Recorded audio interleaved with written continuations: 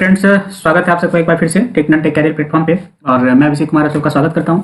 तो बेसिकली आज के इस वीडियो में हम लोग बात करेंगे कि 2021 का वार्षिकांक जो भी पुस्तकें हैं, घटना चक्र, दृष्टि आईएएस का जो बिहार झारखंड का संकलन आता है, प्रतियोगिता दर्पण, और साथ में ट्यूटोरियल की मैगजीन से प्रत्येक माह का जो भी करंट अफेयर्स बन पाया है, उन सारे संकलनों को समाहित करके बीपीएससी या सीडीपीओ या किसी भी एक दिवसीय परीक्षा को लेकर क्या करंट अफेयर्स के प्रश्न बनते हैं, और खास तौर पे आगामी आने वाले बीपीएससी 67वीं एग्जाम और सीडीपीओ के लिए ये काफ़ी महत्वपूर्ण होने वाला है प्रत्येक माह वर्ष। तो ये चीज़ हम लोग लास्ट 2021 वर्ष के दिसंबर महीने से प्रारंभ कर रहे हैं।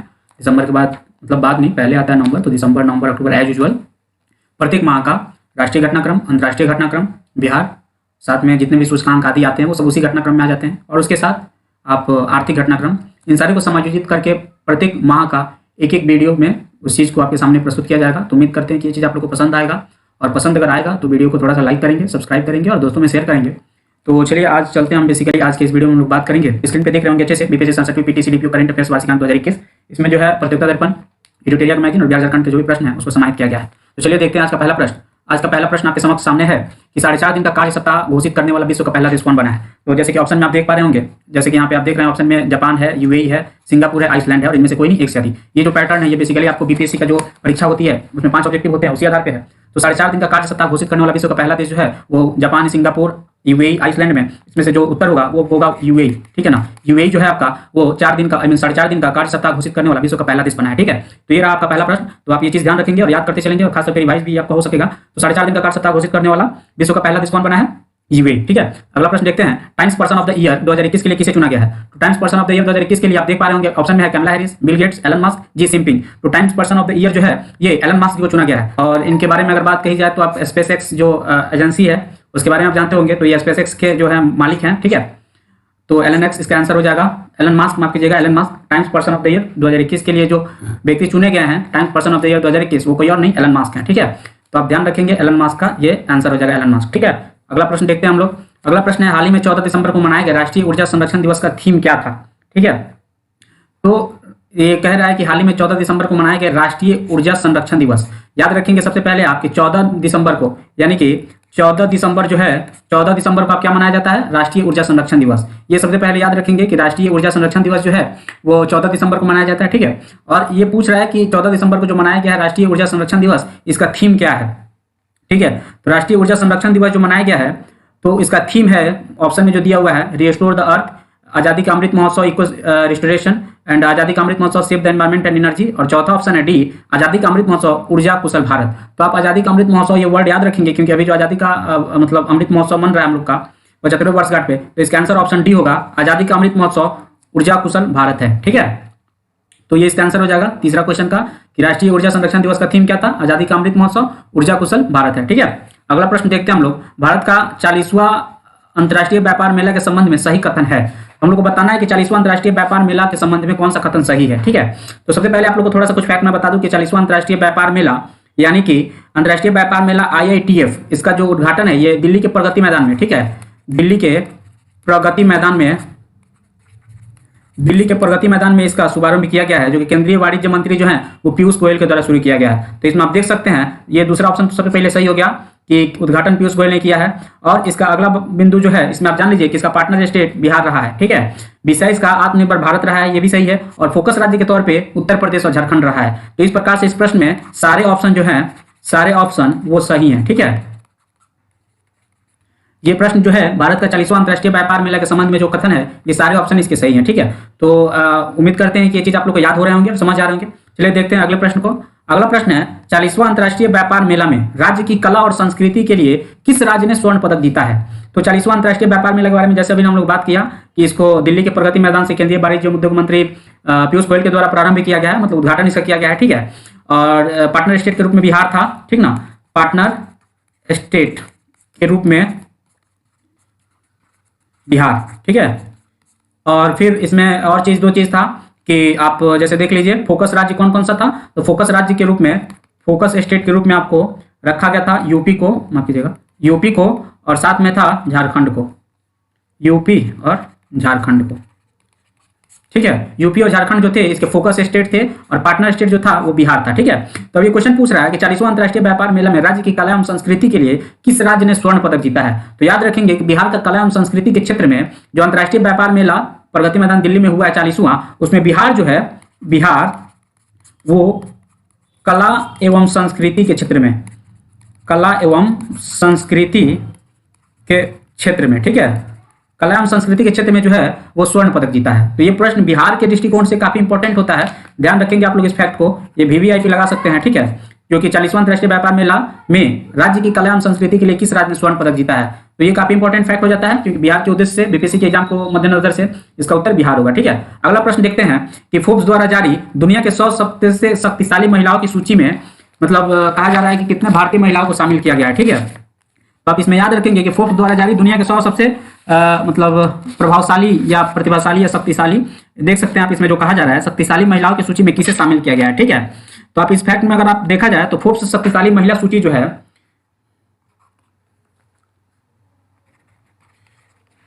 फोर्ब्स शक्तिशाली महिला की सूची में देखा जाए तो सबसे पहला नाम आता है इसमें, आपको सबसे पहला नाम जो आता है इसमें निर्मला सीतारमण जी का है। निर्मला सीतारमण जी का, ठीक है, ये पहला नाम आप याद रखेंगे, जिनमें इनका स्थान जो है ये 37वां स्थान है इनका, निर्मला सीतारमण जी का। ठीक है। और फिर अगला नाम आता है, अगला नाम आपको आता है किरण मजूमदार शॉ जी का। ठीक है।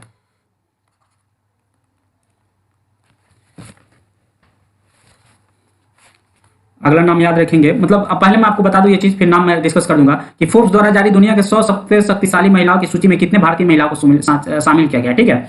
तो फोर्ब्स द्वारा जो भारतीय महिलाओं की सूची जारी की गई है ना, उसमें कुल 4 भारतीय महिला को मतलब नामित किया गया है, जिसमें से आप देख लीजिए, मैं शॉर्टकट में बता देता हूँ यहाँ पे, निर्मला सीतारमण जी का जो है वो 37वां स्थान है। ठीक है। उसके बाद से अगला स्थान जो है रोशनी नडार मल्होत्रा, जो कि इनका 52वां स्थान है, रोशनी नडार मल्होत्रा जी का। ठीक है। उसके बाद अगला नंबर आता है, आप देख लीजिए 72वां स्थान, 72वां स्थान जो है, 72वां स्थान जो है वो किरण मजूमदार जी का 100 का आता है। ठीक है। किरण मजूमदार 100, ये नाम आप याद रखेंगे। 72वां स्थान जो है किरण मजूमदार 100 जी का है। और 88वां स्थान जो है ये फल्गुनी नायर जी का है। 88वां स्थान जो है, 88वां स्थान ये फल्गुनी नायर जी का है। ठीक है। 88वां स्थान जो है ये फल्गुनी नायर जी का है। तो ये चीज आप याद रखेंगे कि फोर्ब्स द्वारा जारी दुनिया के 100 सबसे शक्तिशाली महिलाओं की सूची में भारत की 4 महिलाओं को शामिल किया गया इसमें। ठीक है। चलिए अगला प्रश्न देखते हैं हम लोग। तो अगला प्रश्न है कि दिसंबर 2021 में काजू वैली वेटलैंड को किस राज्य का 16वां पक्षीय अभयारण्य घोषित किया गया है। ठीक है। तो काजू वैली वेटलैंड, काजू वैली वेटलैंड का किस राज्य का, तो सबसे पहले आप ये फैक्ट याद रखेंगे, काजू वैली वेटलैंड को 16वां पक्षीय अभयारण्य घोषित किया गया है। ये कोई और नहीं बल्कि तमिलनाडु का है। ठीक है। तमिलनाडु स्टेट का जो काजू वैली वेटलैंड है, इसको तमिलनाडु का 16वां पक्षीय अभयारण्य घोषित किया गया है। और ये काजू वैली जो है, इसको याद रखेंगे कि दक्षिण भारत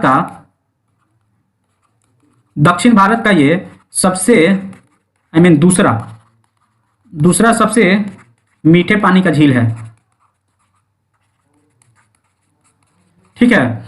दक्षिण भारत का सबसे मीठे पानी का झील है ये कौन, काजू वैली वेटलैंड। ठीक है। तो दिसंबर 2021 में काजू वैली वेटलैंड को राज्य का 16वां पक्षीय अभयारण्य घोषित किया गया है। इसका संबंध किस राज्य से है, तो इसका संबंध किसी और राज्य से नहीं बल्कि तमिलनाडु से। ठीक है। चलिए अगला प्रश्न में चलते हैं हम लोग। तो अगला प्रश्न है कि हाल ही में भारत का 49वां रामसर साइट कौन बना है। ठीक है। तो आप याद रखेंगे कि जो ये 49वां रामसर साइट है ना, ये 49वां रामसर साइट कोई और नहीं बल्कि बघीरा वन्यजीव अभयारण्य है, जो कि उत्तर प्रदेश का है, यूपी का। ठीक है। ये 49वां ये है। ठीक है। ये रामसर साइट के बारे में आप लोग अच्छे से पता होगा। और ये जो है हैदरपुर वेटलैंड, इसका 47वां स्थान है। ठीक है। और ये खजरिया पक्षी अभयारण्य जो है ये गुजरात का है। ठीक है। इसका स्थान 48वां है। और ये बखीरा वन्यजीव अभयारण्य जो है 49वां मतलब रामसर साइट बना है, जो कि उत्तर प्रदेश का है। और याद रखेंगे पूरे भारत में सबसे अधिक रामसर साइट जो है, सबसे अधिक रामसर साइट जो है यूपी में है। ठीक है। जो नहीं, ये जो है ये 9 तो पहले ही था, ये जब हैदरपुर वेटलैंड बना था ना तब तक 9 था। अब ये जो बखीरा वन्यजीव अभयारण्य 49वां बना है, इसी के साथ यूपी में सबसे अधिक 10 रामसर साइट हो गए हैं। ठीक है। तो ये प्रश्न था, हाल ही में भारत का 49वां रामसर साइट जो है वो बघीरा वन्यजीव अभयारण्य बना है, जो कि यूपी से बिलोंग करता है। और पूरे भारत में सबसे अधिक रामसर साइट जो है ये यूपी में है, जो कि कुल मिलाकर यूपी में 10 रामसर साइट हो गए हैं। ठीक है। अगला प्रश्न देखते हैं हम लोग कि साइबर सुरक्षा कौशल कार्यक्रम किसके द्वारा शुरुआत किया गया है। तो साइबर सुरक्षा कौशल कार्यक्रम की शुरुआत जो है वो माइक्रोसॉफ्ट के द्वारा शुरू किया गया है। ठीक है, माइक्रोसॉफ्ट के द्वारा शुरू किया गया है, जिसका तहत इसका उद्देश्य है कि 2022 तक 1 लाख से अधिक भारतीयों को सुरक्षा संबंधी 1 लाख से अधिक। ठीक है, इसका उद्देश्य क्या है, प्रश्न ये भी पूछ सकता है कि साइबर सुरक्षा कौशल कार्यक्रम का उद्देश्य क्या है।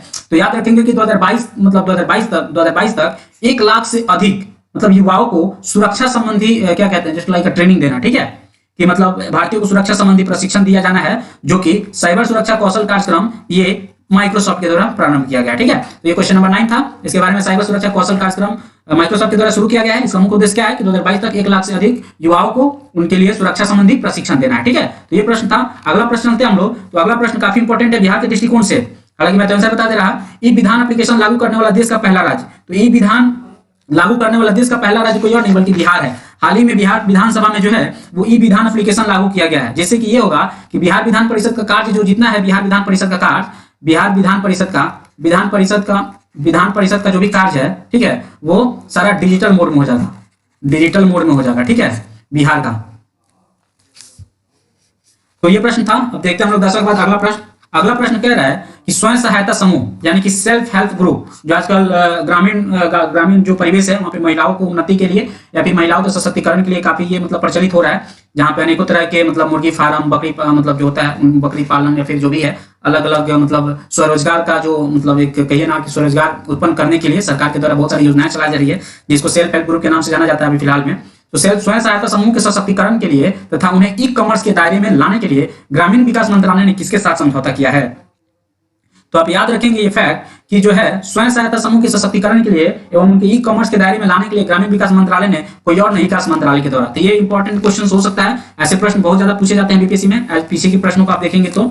उसके बाद अगला प्रश्न आता है, भारत का पहला मानव युक्त महासागर मिशन समुद्रयान कहां से लॉन्च किया गया है। भारत का पहला मानव युक्त महासागर मिशन जो है वो समुद्रयान को कहां से लॉन्च किया गया है। तो भारत का पहला मानव युक्त महासागर भारत का पहला मानव युक्त महासागर मिशन समुद्रयान जो है वो कहीं और से नहीं बल्कि चेन्नई से शुरू किया गया है। ठीक है, तो ये फैक्ट आप याद रखेंगे, काफी इंपॉर्टेंट है। चेन्नई और मतलब समुद्री मतलब होता है ना कि समुद्र के किनारे का ये सब क्षेत्र है, पहुंची चेन्नई, तो ऑप्शन से घबराना नहीं है। याद रखेंगे कि भारत का पहला मानव युक्त महासागर मिशन समुद्रयान जो है वो चेन्नई से लॉन्च किया गया है। ठीक है, अगला प्रश्न देखते हैं हम लोग कि भारत का पहला शून्य कार्बन उत्सर्जन वाला हवाई अड्डा कौन बन गया है। ठीक है, तो शून्य कार्बन उत्सर्जन वाला हवाई अड्डा जो है वो जो नोएडा इंटरनेशनल एयरपोर्ट जो बन रहा है उत्तर प्रदेश में, जो कि जेवर में स्थित है, वहीं मतलब भारत का पहला एयरपोर्ट होगा। ठीक है, एयरपोर्ट होगा जो कि पहला शून्य कार्बन उत्सर्जन वाला हवाई अड्डा होगा। तो ये इंपॉर्टेंट क्वेश्चन है और ये बहुत मतलब हाईलाइटेड फैक्टर हो सकता है, तो इस चीज को आप ध्यान रखेंगे। ठीक है, भारत का पहला शून्य कार्बन उत्सर्जन वाला हवाई अड्डा जो है वो नोएडा इंटरनेशनल हवाई अड्डा मतलब अभी निर्माण चल रहा है,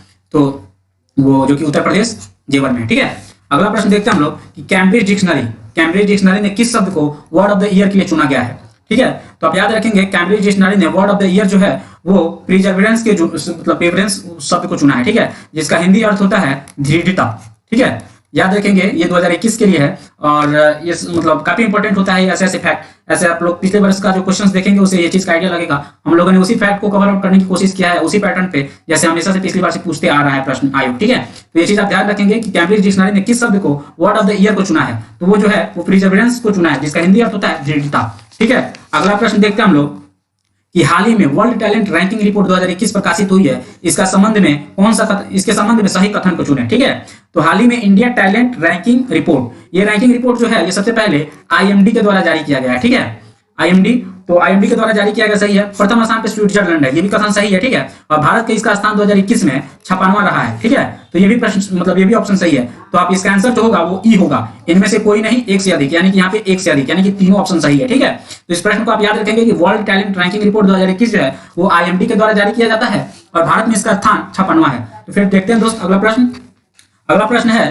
कि 5 दिसंबर को आयोजित, ठीक है, 5 दिसंबर को आयोजित 5वें हिंद महासागर सम्मेलन के बारे में निम्नलिखित में से सही कथन पे विचार करें। तो 5वें हिंद महासागर सम्मेलन के बारे में जो है इस सम्मेलन का विषय हिंद महासागर पारिस्थितिकी अर्थव्यवस्था महामारी रहा। ये ऑप्शन सही है बिल्कुल, जो कि 5वां हिंद महासागर सम्मेलन जो है ये इसका विषय मतलब जो मतलब थीम कहिए या विषय कहिए वो पारिस्थितिकी अर्थव्यवस्था महामारी रहा। भारत में इसके तरफ से एस जयशंकर जो कि विदेश मंत्री उन्होंने भाग लिया और इसका आयोजन यूएई में हुआ था। ये सारा मतलब ऑप्शन सही है, 1 2 3, तो इनमें से ऑप्शन हो जाएगा डी इसका सही है। 5वां हिंद महासागर सम्मेलन जो है वो आप मतलब इसका आयोजन यूएई में हुआ था। भारत की तरफ से विदेश मंत्री एस जयशंकर ने भाग लिया था और इसका थीम जो था वो हिंद महासागर, पारिस्थितिकी, अर्थव्यवस्था, महामारी रहा है। ठीक है, तो 16वां प्रश्न था ये। चलते हैं अगले प्रश्न के बाद। तो 9 से 10 दिसंबर को हुए लोकतंत्र के सम्मेलन की अध्यक्षता किसके द्वारा किया गया है? ठीक है, तो लोकतंत्र सम्मेलन जो है, लोकतंत्र सम्मेलन 9 से 10 दिसंबर को हुआ था। लोकतंत्र के सम्मेलन का अध्यक्षता किसके द्वारा किया गया है? तो ये आप याद रखेंगे कि लोकतंत्र का सम्मेलन जो है ये कोई और नहीं बल्कि जो बाइडेन की अध्यक्षता में हुई है। ठीक है, जो बाइडेन की अध्यक्षता में इसको मतलब ये अध्यक्षता की गई है, उन्हीं के देखरेख में ये चीज संपन्न हुआ है लोकतंत्र का सम्मेलन। और इसमें कुल 100 देशों ने भाग लिया है। ठीक है, 100 देशों ने भाग लिया था और इसमें प्रधानमंत्री नरेंद्र मोदी ने आभासी रूप से मतलब शामिल हुए थे, यानी कि वर्चुअली रूप से। ठीक है, वर्चुअल तरीके से ऑनलाइन मोड में इसमें, और जो बाइडेन की अध्यक्षता में मतलब इस चीज को संपन्न किया गया था। इसकी अध्यक्षता जो बाइडेन, जो कि अमेरिकी राष्ट्रपति हैं, उनके द्वारा किया गया था। ठीक है, तो लोकतंत्र के सम्मेलन याद रखेंगे आप लोग, 9 से 10 दिसंबर। अध्यक्षता इसकी जो बाइडेन अमेरिकी राष्ट्रपति ने किया था। प्रधानमंत्री नरेंद्र मोदी भी इसमें भारत की तरफ से मतलब भाग लिए थे और कुल 100 देशों ने इसमें भाग लिया था। ठीक है, याद रखेंगे इस चीज को। अगला प्रश्न देखते हैं हम लोग। तो अगला प्रश्न है, हाल ही में भारत और किस देश के बीच 2+2 वार्ता में 6 लाख से अधिक AK-203 राइफल की खरीद हेतु एवं 2021 से 31 तक, यहाँ पे एक नहीं एवं होगा। ठीक है, 2021 से 31 तक सैन्य तकनीक पर सहयोग हेतु समझौता हुआ है। तो आप याद रखेंगे इसका आंसर जो है वो रूस होगा। भारत और रूस के बीच जो है 2+2 वार्ता हुआ है, जिसमें 6 लाख से अधिक AK-203 राइफल तथा 2031 तक सैन्य तकनीक पर सहयोग हेतु एक दूसरे मतलब एक दोनों देश के बीच ये समझौता हुआ है। ठीक है, तो इसका आंसर हो जाएगा रूस। ठीक, अगला प्रश्न है, दुनिया के 100% पेपरलेस होने वाली सरकार जहां सभी आंतरिक एवं बाह्य प्रक्रिया डिजिटल रूप से होगी। तो आप ये चीज याद रखेंगे कि दुनिया का वो कौन सा देश है जहां पे मतलब उनकी सरकार में जो भी कार्य क्रिया या क्रियाकलाप होती हैं तो वो अब पेपरलेस हो जाएंगे, यानी कि सारे काम जो है वो डिजिटल मॉडल से किए जाएंगे, ऑनलाइन माध्यम से। तो वो देश कोई और नहीं बल्कि दुबई है। ठीक है, दुबई याद रखेंगे। दुबई वो पहला देश बना है जहां का सरकार 100% पेपरलेस हो गई है। अर्थात कहने का मतलब ये है कि जहां पे सारे आंतरिक और बाह्य प्रक्रिया डिजिटल रूप से संभव हो सकेगी। अगला प्रश्न देखते हैं, हाल ही में किस देश ने सार्को याद रखेंगे आप ये वर्ड, सार्को नामक एक सुसाइड मशीन को प्रयोग में मतलब देश के अंदर प्रयोग के लिए मंजूरी दे दी है। तो ये सार्को नामक मशीन जो है इसे बेसिकली इसका प्रयोग सुसाइड के लिए किया जाता है। ठीक है, सुसाइड के लिए किया जाता है सार्को नामक मशीन को। तो ये देश कोई और नहीं बल्कि स्विट्जरलैंड है। हाल ही में दिसंबर में इस चीज को यानी कि सार्को नामक जो मशीन है उसको अपने देश में प्रयोग के लिए मंजूरी प्रदान की है। ठीक है, तो ये फैक्ट याद रखेंगे आप, सार्को नामक एक सुसाइड मशीन को किसने ये मंजूरी प्रदान किया है? तो स्विट्जरलैंड ने। ठीक है, अगला प्रश्न देखते हैं फ्रेंड्स कि हाल ही में जारी नीति आयोग की रिपोर्ट के अनुसार देश भर में जिला अस्पतालों के कामकाज की रिपोर्ट में किस राज्य की सबसे दयनीय स्थिति बताई गई है?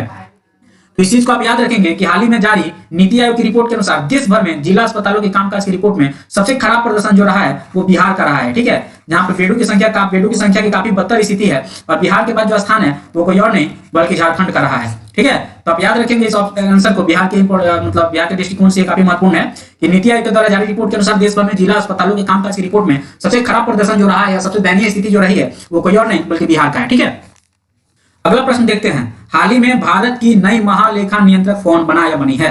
तो आप इस फैक्ट को याद रखेंगे क्योंकि ये मिसलेनियस फैक्ट हो जाता है। ऑन एवरेज जनरल सबको ये फैक्ट पता होना चाहिए, जैसे राष्ट्रपति, उपराष्ट्रपति, सीएजी कौन है ना, तो ये सब फैक्ट जो होते हैं तो ये फैक्ट आपको याद रखना अनिवार्य रूप से बनता है क्योंकि ये सारे मतलब मिसलेनियस प्रश्न होते हैं और आजकल के प्रश्न में काफी ज्यादा मिसलेनियस परीक्षा में पूछे भी जा रहे हैं। तो आप याद रखेंगे कि भारत की नई महालेखा नियंत्रक 4-5 दिन पहले की करंट अफेयर्स का नया न्यूज है कि नई महालेखा नियंत्रक जो है वो कोई और नहीं बल्कि सोनाली सिंह बनी है। इनके पहले जो नए मतलब महालेखा नियंत्रक थे वो दीपक दास जी। ठीक है, और सॉलिसिटर जनरल जो है वो अभी वर्तमान में सॉलिसिटर जनरल, ठीक है, वो तुषार मेहता है। ठीक ना, तो आप ये फैक्ट याद रखेंगे। प्रश्न, अगला प्रश्न देखते हैं मित्र, हाल ही में भारतीय रेलवे बोर्ड के सीईओ कौन बने हैं? तो भारतीय रेलवे बोर्ड, इंडियन रेलवे, ठीक है, इंडियन रेलवे के नए सीईओ जो हैं वो वीके त्रिपाठी जी बने हैं वर्तमान में, अभी हाल का ये करंट का है।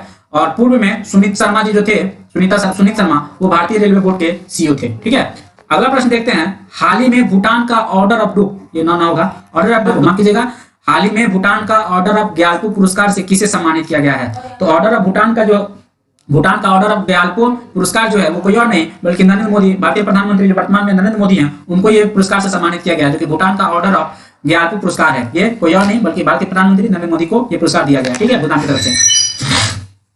अगला प्रश्न देखते हैं, दिसंबर 2021 में मालदीव में आयोजित इक्वेरियन 2021 में आयोजित इक्वेरियन थल सेना अभ्यास किन दो देशों के बीच का सैन्य अभ्यास है? इक्वेरियन जो थल सेना अभ्यास है, ये इक्वेरियन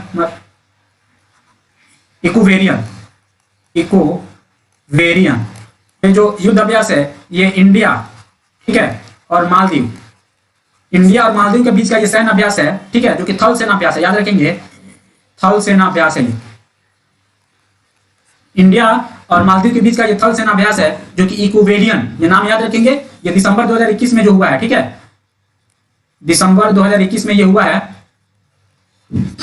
भारत और मालदीव के बीच में। तो वही क्वेश्चन पूछ रहा है, दिसंबर 2021 में मालदीव में आयोजित हुआ था इक्वेरियन थल सेना अभ्यास किन दो देशों के बीच का सैन्य अभ्यास है? तो ये कोई और नहीं, भारत और मालदीव के बीच का है। तो ये 25 प्रश्न का था, मतलब सीरीज था 25 प्रश्न। तो उम्मीद करते हैं कि ये वीडियो आप लोग को पसंद आ रहा होगा। अगले वीडियो में हम लोग नवंबर 2021 के जितने भी इंपॉर्टेंट प्रश्न हैं, सूचकांक, अलग अलग रिपोर्टें तथा किनको कौन से पुरस्कार दिए गए हैं, राष्ट्रीय घटनाक्रम, अंतर्राष्ट्रीय घटनाक्रम और साथ में बिहार के जो भी घटनाक्रम है उन सबको सहेज के एक जगह एकत्रित करके अलग अलग पुस्तक प्रतियोगिता दर्पण बिहार, झारखंड डिस्ट्रिक्ट का और एडिटोरिया का, और उन सबको संकलित करके एक वीडियो के माध्यम से सारे फैक्ट कवर आउट किए जाएंगे। आज का प्रश्न थोड़ा सा मतलब इजी लेवल था, मॉडरेट था, और इस कोशिश हम लोग की कर रही है कि जो लेवल है उस लेवल के अकॉर्डिंग ही प्रश्न को तैयार करके आपके समक्ष प्रस्तुत किया जाए, और उस फैक्ट से रिलेटेड जितने भी फैक्ट मतलब करंट से रिलेटेड है उसको आपके सामने प्रस्तुत कर दिया जाए। तो ये हमारी कोशिश है। वीडियो अगर अच्छा लग रहा है, पसंद आ रहा है तो लाइक करें, शेयर करें और सब्सक्राइब करें।